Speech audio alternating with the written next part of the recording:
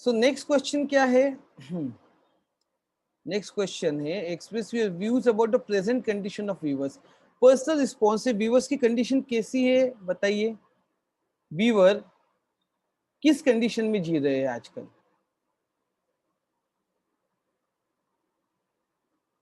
अच्छी की बुरी है? गुड और बैड? बुरी है सर। बैड। बैड है। कंडीशन है क्यों सर। ऐसा लगता है आपको बैड है? पहले से क्योंकि ज्यादा हार्ड आजकल वर्क। ज्यादातर लोग सिर्फ रेडीमेड कपड़े लेना चाहते हैं, कोई स्पेशली व्यूअर से नहीं बनवाना चाहता। तो बरोबर उन्हें है। एम्प्लॉयमेंट भी नहीं रेडीमेड तो मिल रही कपड़े है। तो ठीक है, वीवर तो कपड़ा बनाएंगे, वो तो टेलर का बिजनेस जाता है। बट ये उनको जितनी मेहनत है उसका उनको ये मिल रहा है कि रिजल्ट मिल रहा है क्या? नहीं sir. So it's not that No, good. sir. It's not that good. Okay.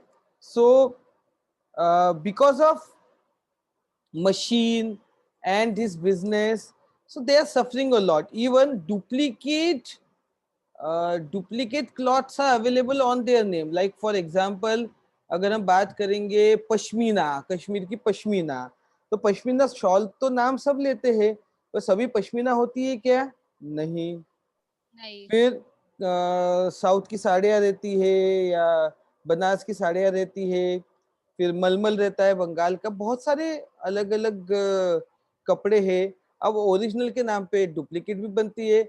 सूरत में साड़ी बना दी, बोल दी कि भी बनारसी साड़ी है, उस फैक्ट्री में बन जाती है, पैटर्न वही रहता है। So they are not getting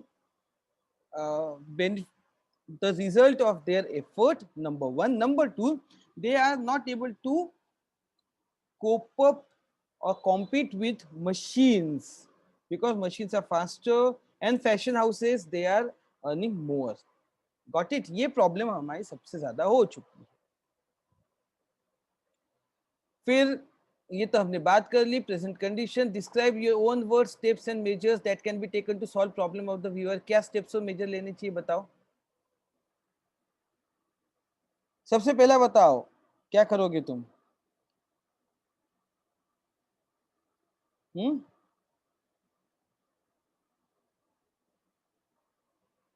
hello, अरे एक चीज तो हम ये करेंगे कि वी विल स्प्रेड अवेयरनेस। हम गवर्नमेंट की बात ना करें, हम बोलना पहली स्टेप और मेजर रहना चाहिए that common people of the nation should understand position and they should promote handmade and the clothes viewed by viewers. First thing.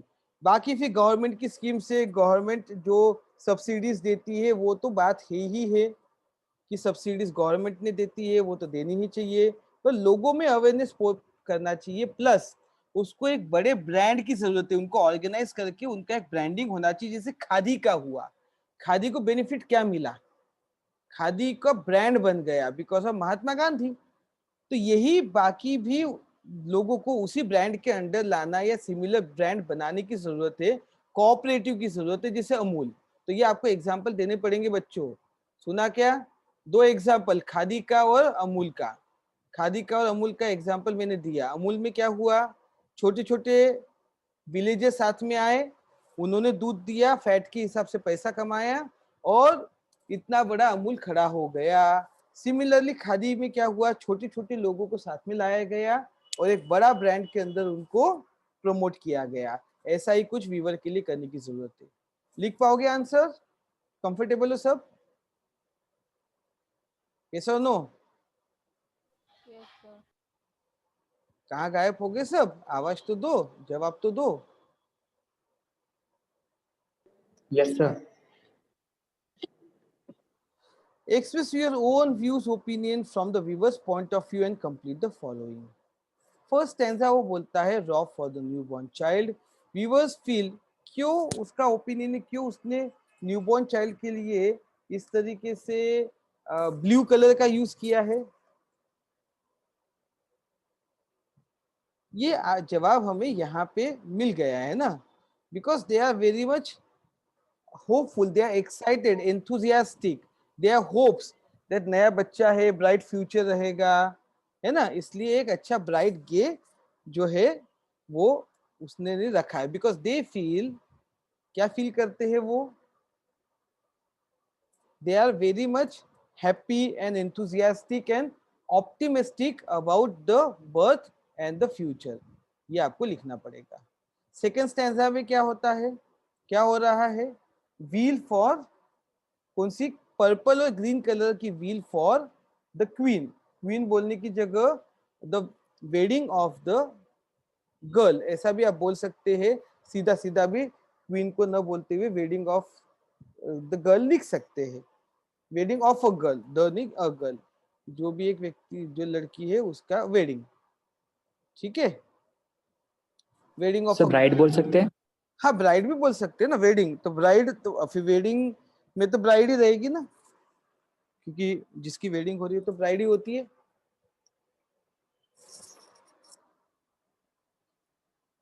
तो वेडिंग ऑफ द ब्राइड बोलना थोड़ा अजीब अजीब लगता है ना. या फॉर द ब्राइड लिख दो सीधे सीधे, that will do, no problem for that. तो सेकेंड स्टैंजा में ये होता है. फिर क्या है, क्यों ऐसा है, बिकॉज दे आर जॉयस, एकदम खुश है वो, शादी हुई थी, खुश है. और वो जो कलर है पर्पल और ग्रीन, ये रॉयल्टी दिखाता है ना, रॉयल कलर है. This the colour is royal and it has two colors. It represents what it represents. It represents the coming mood of her life. She will be happy, she will be sad, and these are the most important day of her life. Important, sad और happy day बताने वाले. Third stanza में क्या बता रहा है भाई, shroud for the funeral. ये क्या मेंशन करता है, क्योंकि finally the person has arrived to its final destination. It is a final stage of life cycle. Okay, and now the person is his all the misery has end, and the person is quiet, and वो एक कह सकते हैं ना, it has become one with the Almighty. ऐसा आप इसको third stanza में लिख सकते हैं. Everybody is okay with that? Yes or no? Yes, sir. ठीक है. Pick out the rhyming words from the poem. Rhyming words आप निकाल सकते हैं क्या? Yes, sir. Yes, sir. तो कैसे, Yes, sir. कैसे rhyming? Day, gay, wild child, night, bright, green queen, Bright, green queen, A still, B B. cloud, proud. Good good good good. आपको rhyming word बिल्कुल समझ में आ गए, कोई प्रॉब्लम नहीं है राइमिंग वर्ड के साथ, तो आप उसको निकाल सकते हैं. ओके, राइमिंग वर्ड तो हो गए. अभी एनोनिम और सेंटेंस वाला मैं आपको बताता हूँ. एनोनिम का तो बहुत इजी है. एनोनिम तो कुछ न्यू के अगेंस्ट ओल्ड है, ब्राइट के अगेंस्ट डल है, डेड के अगेंस्ट अलाइव है, स्टिल के अगेंस्ट वर्किंग है. ओके, वाइल्ड के अगेंस्ट क्या हो सकता है, सिविलाइज्ड. सिविलाइज्ड हो सकता है ना, अरे हाँ या ना. वाइल्ड के against civilized, yes, sir. Fall के अगेन राइज, और चाइल्ड के अगेन यंग भी हो सकता है, ओल्ड भी हो सकता है. सेंटेंस बनाने की जिम्मेदारी आपकी रहेगी. डन, यस और नो? सेंटेंस आप Yes, बनाएंगे. Yes, sir. Make a word register of the cloth attire dress. Cloth attire dress का वर्ड रजिस्टर बनाओ. क्या क्या वर्ड्स यूज हो सकते हैं कपड़ों के लिए, क्लोथ के लिए, अटायर के लिए, ड्रेस के लिए, बताइए.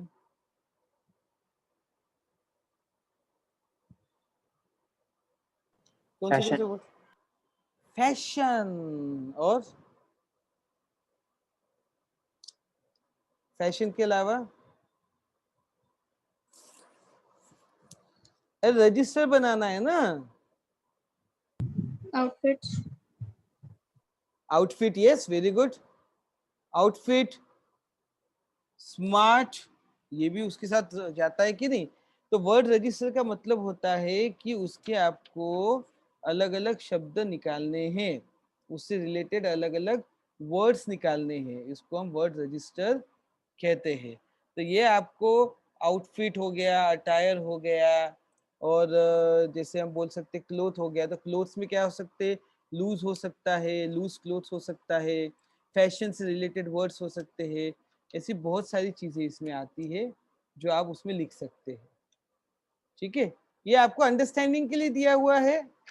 तो अंडरस्टैंडिंग के तौर पे देखिए, पोएम के हिसाब से जो इंपॉर्टेंट क्वेश्चन है वो है A4 का 1 फिगर ऑफ स्पीच. सिमिली आपको कहाँ दिखती है, एग्जाम्पल के साथ बताएं। White as feather and white as cloud. ठीक है, बराबर। 11th लाइन दिखती है वो जहां जहां लाइक और एज आया है, जैसे 11th लाइन में आप जो बता रहे हैं white as a feather and white as a cloud, फिर like the plumes Like the of the plumes peacock, of peacock. तो लाइक उससे कंपेयर किया है, वो भी सिमिली है। और blue as the wing of the falcon wild, हर एक स्टैंजा में एक एक सिमिली आती है जहाँ कपड़ों की बात कलर से अटैच होती है, सिंपल सी बात। Got it? अगला Yes, वाला sir. जो है ये बड़ा इंपॉर्टेंट है, इमेजरी। इमेजरी का मतलब जहां पे आपके आंखों के सामने एक इमेज बन जाती है। तो पहला ही स्टैंजा देखते हैं, ब्रेक ऑफ द डे। तो हमें एकदम सूर्य उदय आंखों के सामने आता है ना, दिन की शुरुआत करके। न्यू बॉर्न चाइल्ड बोलते ही एक बच्चा गोद में नजर आता है ना। मैरिज व्हील बोलते ही एक घूंघट नजर आता है ना। सोलमोनो स्टील बोलते ही हमें एकदम ध्यान में आता है ना कि कैसे वो एकदम शांत से बिना एक्सप्रेशन के चेहरे करके बैठे होंगे। मूनलाइट की बात करते हैं, मूनलाइट नजर आता है कि नहीं आता, तो इसको इमेजरी बोलते हैं। ऐसे मैक्सिमम जगह इमेजरी है, कुछ एग्जाम्पल आप दे देंगे तो आपको उसका काम हो जाएगा। वैसे भी आपको एक या दो एग्जाम्पल ही बोले जाएंगे। इमेजरी समझ में आया ना आपको? आंखों के सामने इमेज बननी चाहिए। क्लियर? क्लियर बच्चों? Yes. रिस्पॉन्स तो दो। Yes, sir. Metaphor, sir. Metaphor क्या होता है भाई? Falcon wild. What is metaphor? Metaphor बोले Comparison without like and Indirect as. comparison. Using बिल्कुल without using like and as. Indirect comparison. तो ब्रेक ऑफ द डे को जैसे हमने बात किया, fall of the night, break of the day और moonlight, ये क्या है, अलग स्टेजेस के साथ कंपेयर किया है ना, किया है कि नहीं किया? तो Yes, sir. First stage break of the day है, starting of the life. Fall of the night ये beginning of the wedding, next stage of life है सेकंड स्टेज। और फाइनल जो है, जो डेथ की बात की है, मूनलाइट चिल, उसको डेथ के साथ कंपेयर किया हुआ है क्योंकि डेथ चिलिंग होती है। ओके, नाइट को डार्कनेस के साथ, लास्ट स्टेज के साथ किया है। तो ये मेटाफर का आपको समझ गया। एलिट्रेशन, एलिट्रेशन क्या होता है हमने पहले ही बात की थी। तो वी, हम जहां जहां एक एक वर्ड दिखता है हमें, जो एक अल्फाबेट से शुरू हुए हुए दो वर्ड आ गए, तो वीवर, वीविंग, डब्ल्यू डब्ल्यू आ गया, वाई व्यू ये आ गया, wings of the wild, we view, हर जगह एलिट्रेशन है। ठीक है, ये तो आपको बहुत आराम से मिल जाएगा। कोई प्रॉब्लम है कि इसमें? आपको बहुत इजी है। No, sir. यस, इजी है ना? यस सर बोलो ना, इजी है करके। Yes, sir. Yes, sir. Rhyming scheme की बात की गई है फर्स्ट स्टैंजा के, ए ए बी बी। तो the rhyming scheme in the first stanza is A A B B. और सेकंड और थर्ड स्टैंजा की भी राइमिंग स्कीम आपको ढूंढ के निकालनी है, ऐसा बताना है। तो दूसरे की क्या है भाई, सेकंड की क्या है, वही चल रही है। C. CCDD. कैसे बताओ? डे, नाइट ब्राइट, ये stanza, wild child, night bright, green queen, still chill, cloud shroud.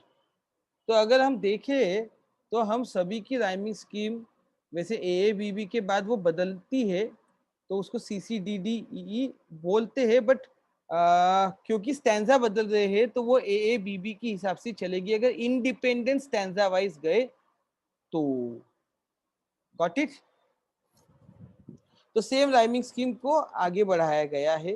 हाँ, आप C C D D E E F F वो भी लिखेंगे तो that is also okay. But हमें राइमिंग स्कीम इंडिविजुअल पूछिए तो हमें उनको ए और बी बी ही बोलना पड़ेगा, क्योंकि दो दो ही वर्ड राइमिंग हो रहे हैं आगे, ये उसका मतलब है। The poet had asked question in the beginning of every stanza. क्या इंपैक्ट होता है क्वेश्चन पूछने का? शुरुआत में मैंने बोला था इंटरोगेटिव टोन है। तो इंटरोगेटिव टोन क्या हेल्प करती है या क्या इफेक्ट क्रिएट करती है? क्यूरियोसिटी बढ़ाती है। इफेक्ट क्या क्रिएट करती है बताओ? तो इंट्रोगेटिव टोन इफेक्ट ये क्रिएट करती है रीडर के माइंड में कि रीडर अटैच्ड हो जाता है with the tone. Reader got attach with the tone. Reader जो है पोएम से अटैच करता है, इमेजिन अच्छी से कर पाता है और उसको लगता है जैसे वही पार्ट है पोएम का. तो it helps a person to become part of to understand the poem better, and it creates a feeling that we ourselves are the part of this particular poem. Clear है? अरे हाँ या ना? Yes, sir. ठीक है. Appreciation of the poem आप लिख सकते हैं क्या? मैं आपको एज ए होमवर्क दे रहा हूँ, नेक्स्ट क्लास में मैं इसका एप्रिसिएशन आपको बताऊंगा, आपने ट्राई करना है. करेंगे कि नहीं ट्राई?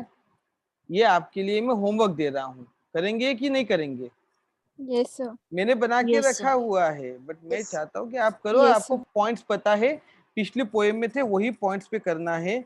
About poem, poet. तो हमारी शुरुआत में आपको थोड़ी हिंट देता हूँ कि क्या आपने लिखना चाहिए इन एप्रिसिएशन. सो हम लिखेंगे the poem Indian weaver is written by Sarojini Devi Naidu and it is about what. जो शुरुआत में ही आया है यहीं से आपको पिक करना है, यहां से ही पिक करना है. एंड इट रिप्रेजेंट्स, क्या रिप्रेजेंट करती है भाई? The 3 important event of human life from the viewers point of view. ठीक है, इतना समझ में आ गया. थीम क्या है? थीम है weavers and they are weaving different garments at the different stages of different time of day and having different color which represent different things. तो हमने डे का अलग टाइम है, कलर अलग है, रिप्रेजेंट अलग स्टेज करते हैं, ये तीनों थीम में बता दिया. पोएट्रिक स्टाइल कैसी है? कठिन है कि इजी है? बताओ जल्दी. अरे स्टाइल कैसी है? Easy. और क्वेश्चन वाली इंट्रोगेटिव स्टाइल है, ये लिखना जरूर. Where poet asks question to the viewer and viewer reply why they are doing so. ये आपको लिखना बहुत जरूरी है. Got it? Yes or no? Yes, Yes, sir. sir. Okay. Yes, sir. फिर पोएट्रिक डिवाइस जैसे मेटाफर हो, सिमिली हो, इमेजरी है, एलिट्रेशन, कोई भी दो आप लिख सकते हो. आप ये भी लिख सकते हो there is very beautiful use of simile in all the 3 stanzas blah blah blah blah blah. जो आप ब्ला ब्ला ब्ला का मतलब जो अभी हमने बात कर ली है, इसलिए ब्ला ब्ला कर रहा हूं कि भी हर जगह कलर को सिमिली के रूप में बताया गया है. और बाकी भी also images also use beautifully when they talk about the different stages of life. Use of metaphor and alliteration, we find use of alliteration in every stanza, or we with the words we and we were repeated या came with each other या came in the sequence. अब जैसा भी उसको explain करना चाहते हो. तो आपने एक को पूरा एक्सप्लेन किया, बाकी के सिर्फ नाम लेके छोटा एक्सप्लेन किया तो भी चलता है. सबको बड़ा बड़ा इलेबरेट करके ज्यादा बड़ा करना मत, नहीं तो आपके मार्क्स, आपका टाइम इसमें खराब हो जाएगा और मार्क्स उसके सिर्फ 4 आते हैं. तो 4 मार्क के हिसाब से लिखना. मॉरल वैल्यू क्या है बताओ? मॉरल वैल्यू क्या मिलती है आपको? स्पेशल फीचर में इमेजरी लिख देना. ठीक है, पोएट्रिक इसमें मत लिखना, स्पेशल फीचर में इमेजरी लिख देना. मैसेज मॉरल वैल्यू क्या है बताओ?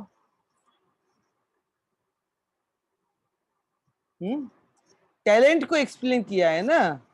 किसको एक्सप्लेन किया है? टैलेंट और commitment of viewers and there situation also, और उसके साथ उनकी सेंसिटिविटी की how they understand human life is explain in the poem. और यही आपका बात है और आपका ओपिनियन है कि पोएम बहुत ब्यूटीफुल है, बहुत ब्यूटीफुल वे से पोर्ट्रेट किया है और व्यूअर के एफर्ट को सैल्यूट करके हमारे मन में उनकी एक रिस्पेक्ट बनाने की कोशिश की है. ये सारी बातें आपने लिखनी चाहिए. Everybody is okay. मैंने आपको एप्रिसिएशन के पॉइंट्स तो बता दिए, लिखना आपको है और मुझे बताना है, जो अभी तक आपने एक भी बार नहीं किया. Got it? यस और नो? कुछ Yes, sir. Yes, sir. Importance of cloth पे आपको 4 लाइन लिखनी है.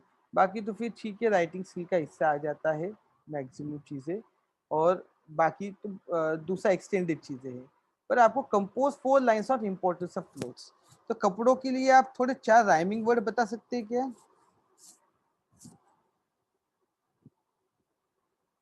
अटायर, अटायर एक शब्द पकड़ते हैं, अटायर के साथ उसका राइमिंग।